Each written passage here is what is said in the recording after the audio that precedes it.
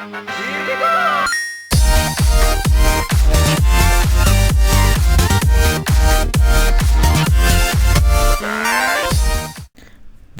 og velkommen til den første tutorial her på kanalen, det vil sige Jensens GFX, som I kan se her. Der er det face, hele vejen herinde faktisk.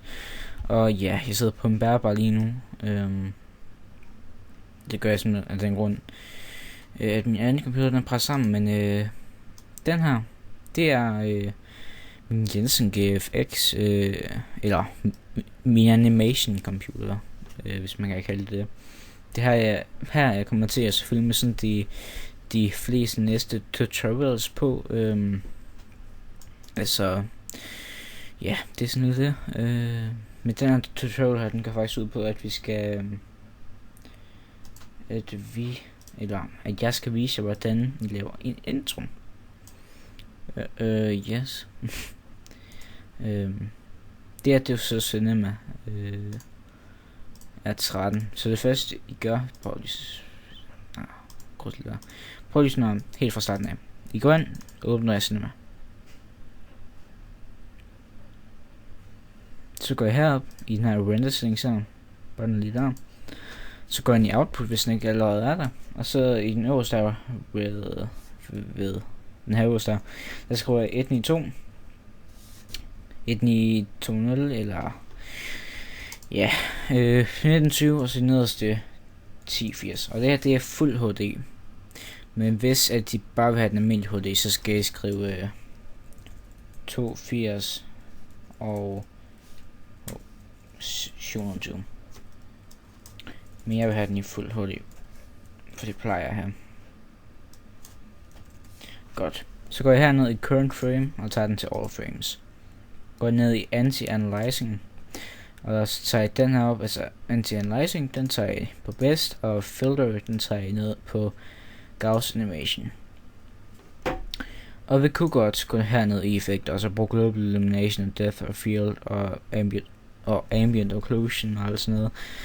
Men til jer som ikke har en særlig god computer, for jeres skyld, så tager jeg dem ikke på, fordi at det vil håndtere i, at det kommer til at stå og brøle, jeg ved ikke hvor lang tid.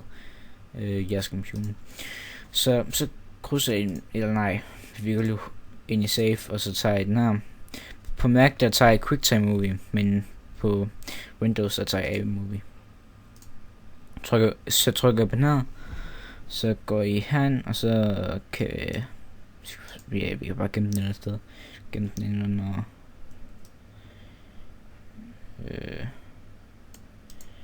jeg skal gemme den under video. Så kan vi kalde den for Jensen GFX bare. Jens der. Godt, så gemmer jeg den. Krydser I. Og så går vi ellers i gang. Det første gør, da I går op i Mode Grab, går jeg ned i Mode Text, tager den, så får jeg sådan lidt fedt her.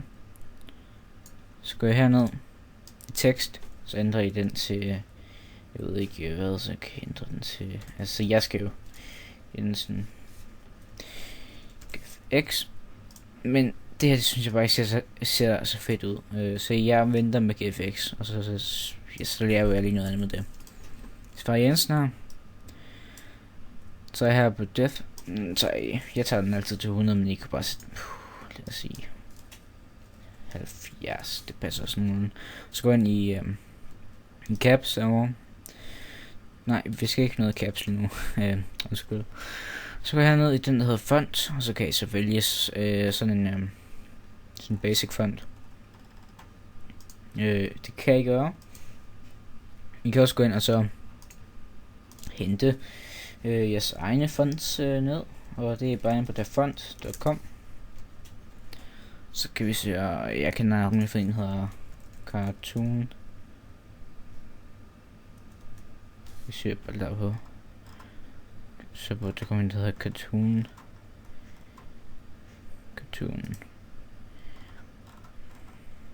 Der var den. Cartoonist cookie. Så trykker I bare på download, når I har fundet den, I gør det bruge. Så gem. Og der var også lige en til her. Den hedder Morat. Og så var det sådan sidste, der hedder Aldo. Hvor er den? Det er den der. Det er den, som Gaxen bruger til sit banner og sin video. Så er den her, hedder Block. Noget Block af Stick. Hvordan? Block af Stick. Så søg Block på Block af. På Block af. Jeg tror vist bare det var.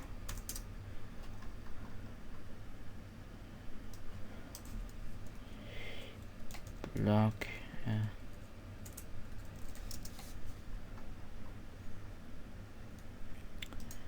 Block af. Nå, det er sådan meget. Jeg har fundet den af dem med at skulle bruge noget.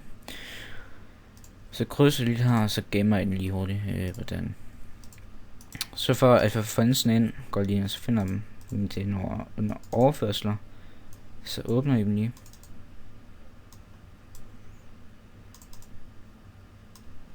Godt. Så højreklikker jeg bare på skrivebordet. Personlige indstillinger. Statighed for kontrollerpanelen. Udseende og personlige indstillinger. Skrifttyper. Så har jeg den her. Skrifttypen er den smider bare der lige. Og så stiller den lige. Godt. Kan vi krydse den. Kan vi tage den næste. Smid den ind. Slår den. Det gør jeg bare ved lige fancy scans. Det er ikke så svært. Og kommer der nogle fonts med sådan en her. Den skal jeg bruge. Den skal jeg bare ikke smide ind. Krydser jeg den igen. Så åbner jeg sådan med igen. Den finder her. Video. Den der. Yes, og så går jeg sådan ned i fonts igen. Og så kan jeg så roll op og så finde den der. Men jeg tror faktisk jeg vil prøve der cartoons hotkey der. Nå. Sådan der. Så kan vi få til at tilpasse vinklen her. Sådan der. Godt, så har vi den her. Og det er så de her sådan lidt mørkere rektangler herude i hver side. Det markerer hvor billedet går til. I kan lige se det her herude, det kommer ikke med.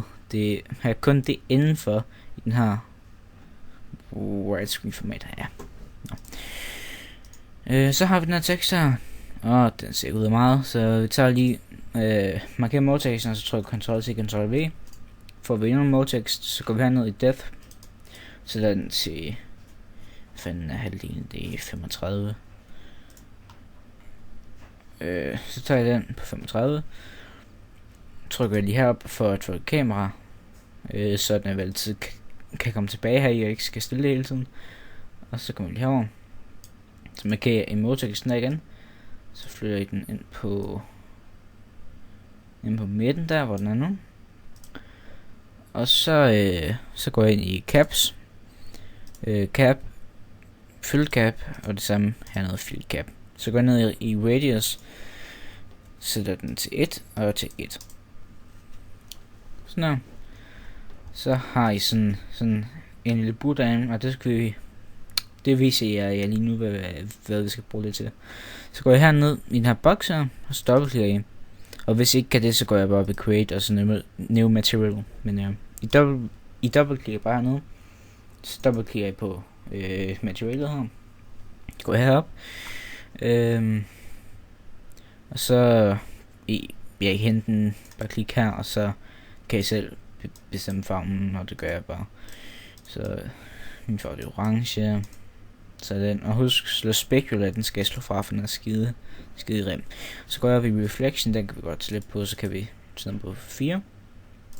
Kryds, og så smide den på den første tekst vi lavede, og så opretter vi et nyt, endnu et nyt materiale. Og så går vi herop, Hold da. Så dobbeltklikker jeg her igen, gå herop, og så bare træner helt op til det hvide. Og så går jeg herned til Specular. Der kan vi egentlig også lige tage reflection på. Nå ja, det var sgu rigtigt.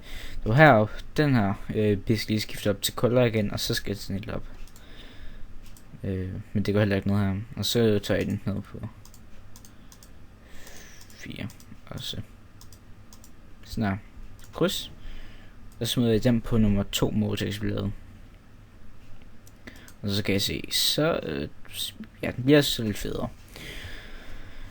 Og I kan se, herovre der er der en stor del af det, som er mørklagt. Det ligner bare næsten 2D-tekst over. Det er fordi, jeg vil ikke have noget lys. Så vi tager og så går herop i, holder ind her på, og så tager den der hedder Area Light. Trækker vi det lidt ud, hvis vi ellers ikke kan få fat i, eller så går vi bare lige ud af kameraet der. Så trækker det lidt ud af. Forstørrer det. Sådan her. Og så går den kameraet igen. Sådan her. Og hvis I vil have til at være lys, så går I bare i lightet her. Og så går I... må jeg se... Hvor er det? Det er lige hernede. Intensity der. Den kan vi så bare tage på 150. Sådan her. Så bliver det mere lyst. Det er nogen, der godt kan lide. Det tager jeg faktisk bare på. Jeg vil lige skrue ned på 130. Det var bedre. Sådan her. Og så kan vi så tage en baggrund. Det vil sige... Nej, nu tager vi lige teksten først. Det er fordi, at vi skal også have GFX med. Så tager jeg så... markerer dem her. Trykker på nederst, og så holder jeg shift, og så trykker på nederste. Og så trykker jeg på Alt G. Så får jeg et null object. Og det er faktisk bare en mappe, for at du kan putte ting i, sådan at den ligesom samler dem. Og så markerer du null objectet, og så kopierer du det Ctrl til Ctrl V. Så får det der. Og så går du her i modtekstene. Og så ændrer Jensen til GFX. Og så trækker du det her nedunder. Jeg ikke sige det her. Sådan her. Kan jeg sige det? Jo. Det. Godt. Så kan jeg se, så har vi Jensen, og vi har GFX. Så bedre kunne den sådan ikke blive.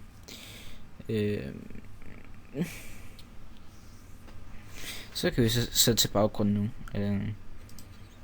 Vi kan enten vælge. Jeg går heroppe i, tager plane. Gå herind i, og så tage floor. Eller som jeg plejer at gøre det, tage en baggrund. Det der med baggrund, det er, at den følger ikke teksten. Hvis man for eksempel tager så bevæger synsvinklen rundt, så bevæger baggrunden sig ikke. Den er bare ligesom plantet fast her. Så til dem, som ikke vil have det sådan, de kan bare tage en plan eller noget. Yes, men det man kan gøre, det er, at man faktisk kan transportere videoer ind på baggrunden. Hvilket man kan gøre ved at gå ind og så finde en video, man har. Jeg vil se, jeg har ikke nogen. Hvilken musik jeg har.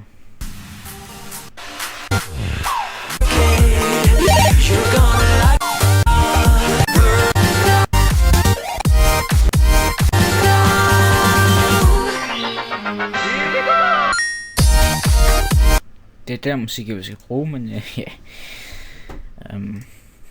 Men jeg tager bare baggrunden, og så tager vi edit material. Den kan være... Nej gud, jeg skal lige op i color igen. Den kan være... Den kan være... Ej, hvad fanden skal den lige være?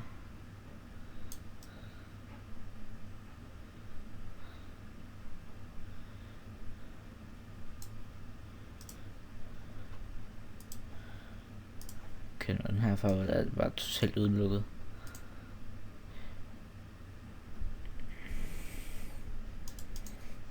Ja, det tror jeg næsten der. Så med, jeg tror sgu egentlig bare, at vi tager den videre også.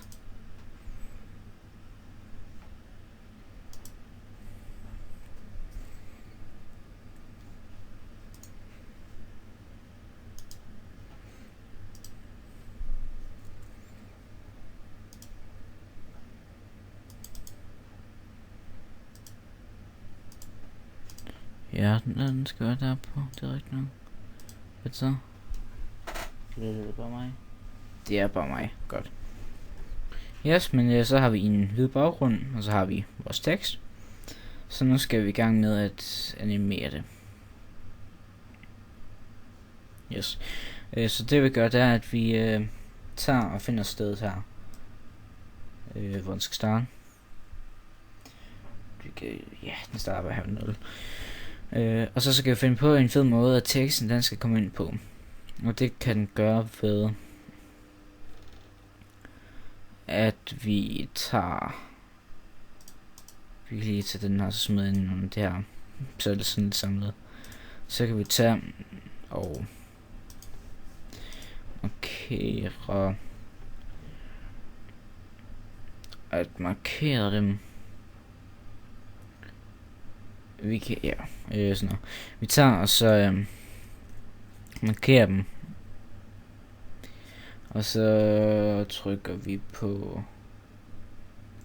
Eller... Okay, så vi tager den første her. Og så går vi op i den, der hedder MoGraph effekt og plane effekt. Så går vi ind på planet her. Trækker det lidt ned her, sådan der matcher her. Og så går jeg ind i fall off og tager shape infinite, den tager jeg til box. Så går jeg ind i parameter. Det ændrer vi ikke lige nu, den der vi lige først bagefter. Så kan jeg lige tage den her røde ind og så udvide den lidt, så får den til at stikke det hele her. Godt. Okay, så tager jeg så kopierer plane her, kopierer den der, og så den.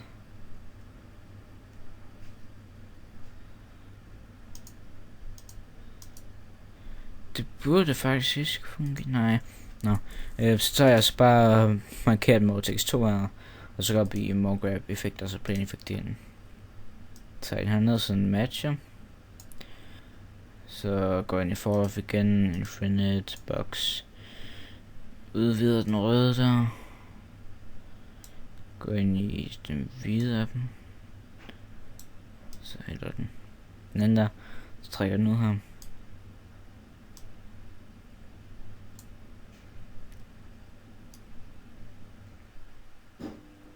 Godt.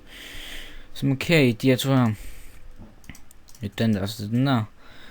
Og så tager jeg så trykker på den her nøgle keyframe med 0. Så går jeg lige i form til 20. Så trækker jeg dem ud her. Til og så keyframe igen. Godt. Så tager jeg så markerer dem igen. Går ind i parameter. Den her y-axis, den tager jeg til 0. Eller nej, den tager jeg til 2500. Undskyld. Gå lige tilbage, se om det ikke er rigtigt nu.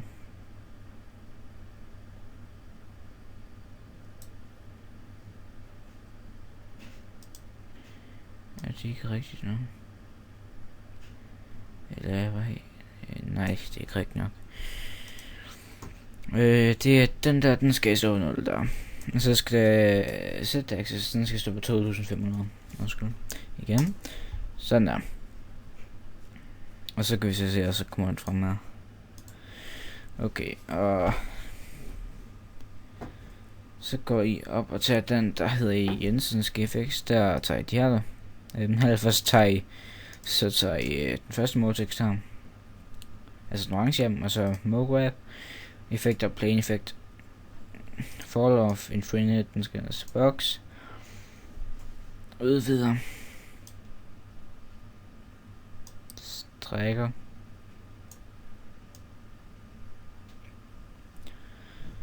Der, og så går vi ind i Så går vi ind i som kan i den anden modetekst der. Så går vi mockup igen, effekter, plane effect, fall off, infinite box. Det er ikke så svært det her. Så går vi derover. Sådan der. Godt, så markerer jeg begge to her igen. De to. Og så går jeg ned til 0. Siger at den skal være der. Der. Så går jeg frem her. Til 20, og så til så rykker vi den ud her. Sådan der. Og så markerer I simpelthen de her to, som er markeret. Jeg ved ikke, hvor fanden jeg sagde det. Så går jeg ind i parameter. Ændrer den her til 0 igen. Og 2500. Okay, så. Sådan her. Så jeg så markerer modeteksten igen hernede. Alle sammen. Så går jeg op i mockup igen. Effekter igen. Og så tager jeg den, der hedder play. Eller delay effekt. Så går jeg ind, der hedder effekter. Så tager jeg blend hernede. Tager jeg til spring. Så kan vi sætte den lidt ned. Så kommer den der spring effekt der. Kan vi også godt sætte lidt ned. Og vi kan også godt bare gå fuldkommen amok, og så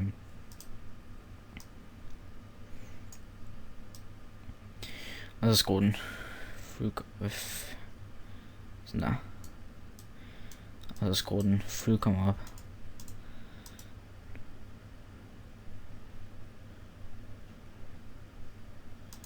Ja, det er sindssygt, men prøv lige at skrue ned. Men det er jo, altså, det er alt for meget. Jeg tænker sådan lidt på, at vi skal tage even i stedet for. Eller det er den der som blend, den er nok bedre.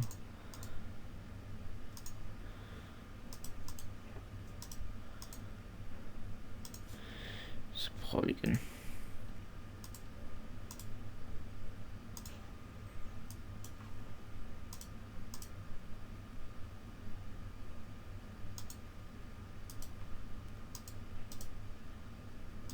Godt. Yes. Så har jeg fundet måden, at den kommer ind på, og så tager jeg bare lige alle dem her. Og 0 objektet, og der er sådan der. Sådan der. Godt.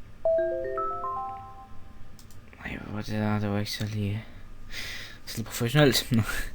Yes, men godt. Så har vi okay, hvad fanden lige skidt der? Okay, hvad fuck er der skidt der?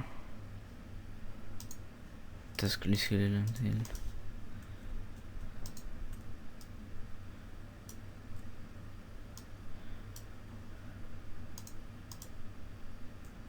Okay, der var lige sket et eller andet. Okay, så fik man det der. Nej. Nå. Så jeg tager bare der, og så LG. PS nu. Sådan der. Så kan vi lige plane. Og så den kan vi lige derud.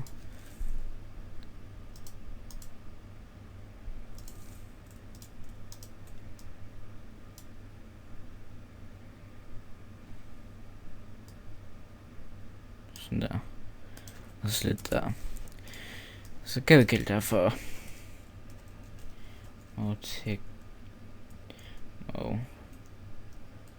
tekst. Sådan der. Godt.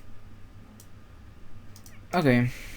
Så har vi fundet ud af, hvordan starten den skal være. Så skal vi også lige lave noget. Jeg ser, nu er det så hvis vi tager den derovre, så kan man se den der, og det er ikke godt, så derfor så skal vi have en almindelig Det er med plain som background, hvis jeg skal lave sådan noget her. Og hernede der tager jeg den til, der tilføjer et 0 i hver, altså 4000. Og så hernede P, tager jeg på 90. Og så lad os lige se her. Den kan... Okay, og så tager jeg lige, og så trykker planet sådan bagud, så den er lige. Sådan der.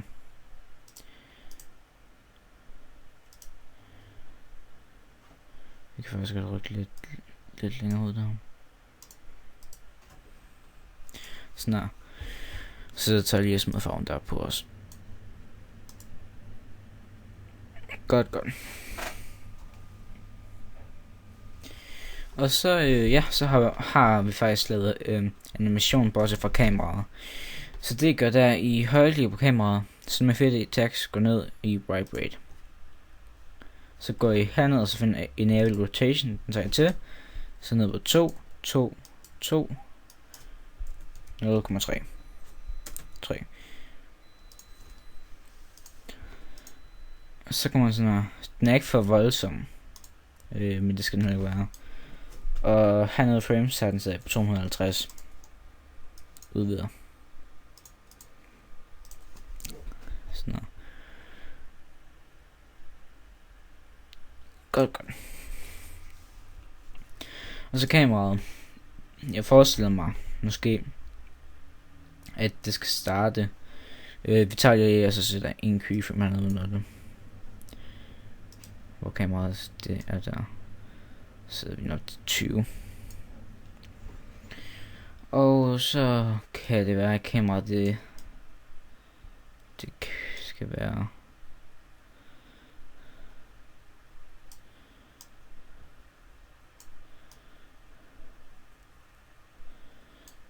Det kan være, at vi skal lade som om, at vi flyver ind på en eller anden måde her.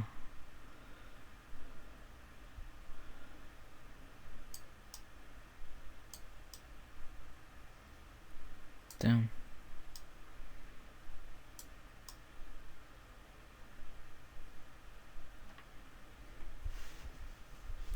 Starter vi herude.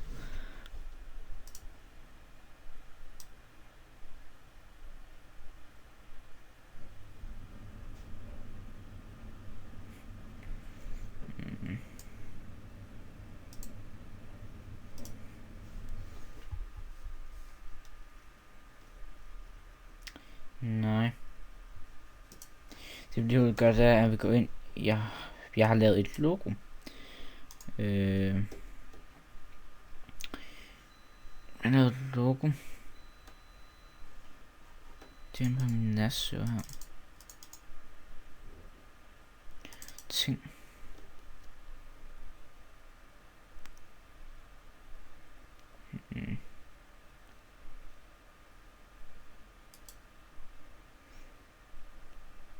Sådan her. Intro. Jensen. GFX. Ikke noget.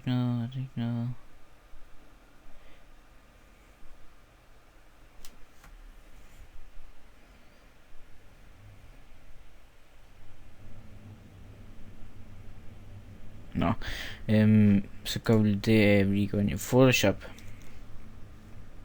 Her.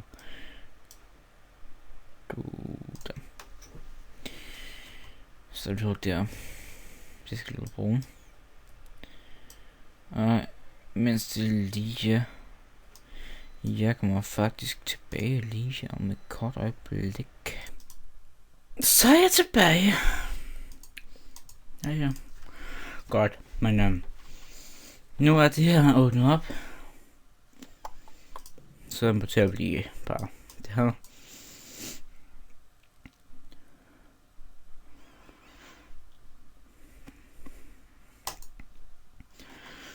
Nå.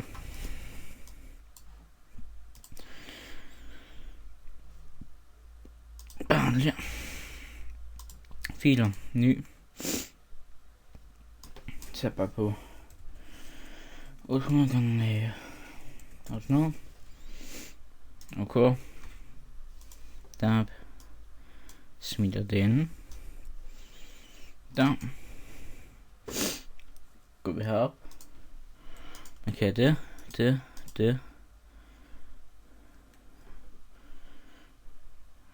Og det der. Og det der. Det der. Og det der.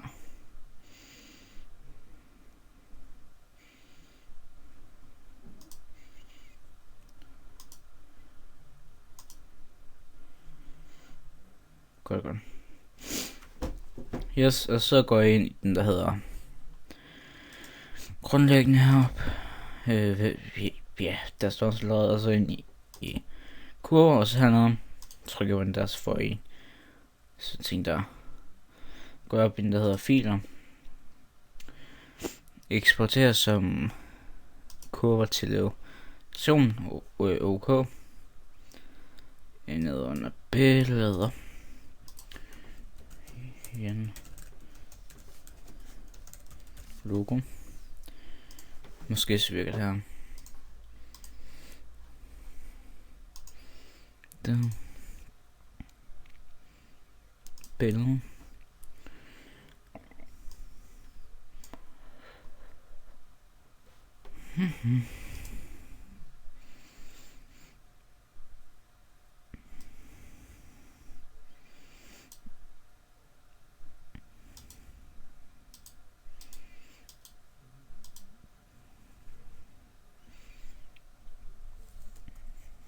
Nå.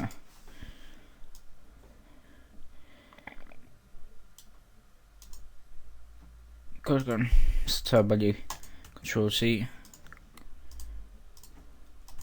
Ctrl-V.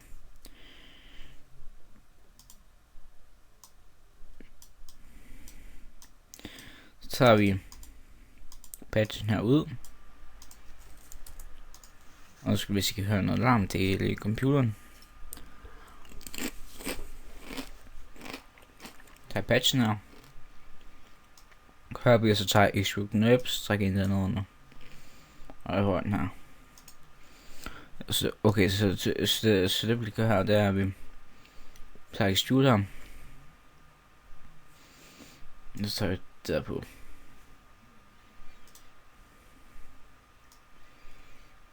Godt. Så tager vi den her om.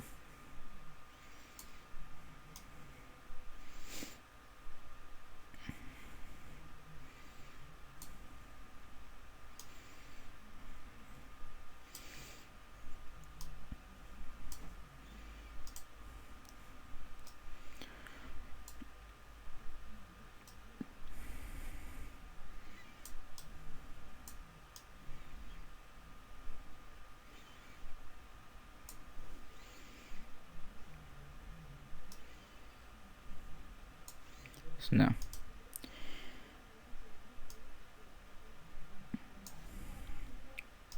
Kamera med kælde.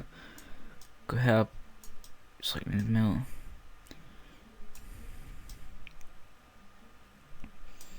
Sådan der. Der. Så må vi den her keyframe. Der. Så vi lige. Det er den. Så vi den derovre. Godt.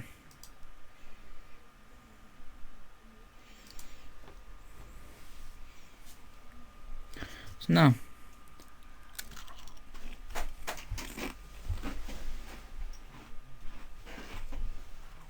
Okay. Det her, det bliver ikke den mest basic intro. Ja, ikke den mest vilde intro. Det her, den er ikke så god end andre, men det her, det er så også tutorial 1. Så nu har I faktisk lavet jeres egen intro. Sådan lige indtil videre.